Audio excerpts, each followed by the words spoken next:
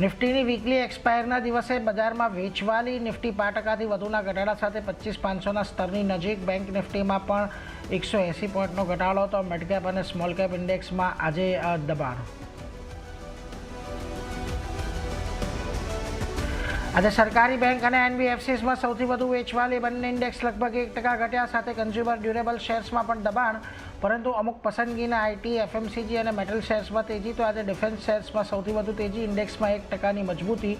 HL અને બીડીએલ ફ્યુચર્સના ટોપ ગેનર્સમાં સામેલ.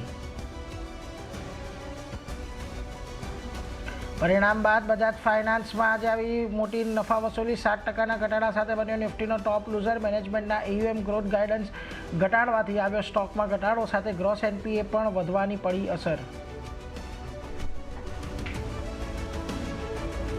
નિફ્ટીમાં બજાજ ફિન્સર્વ આજે જાહેર કરશે પરિણામ. સાથે જ વાયદામાં બીએસસી, બાયોકોન, ભારત ફોર્જ સહિત 11 કંપનીઓના પરિણામ. બીએસસીના નફામાં 4%ના દબાણનું અનુમાન.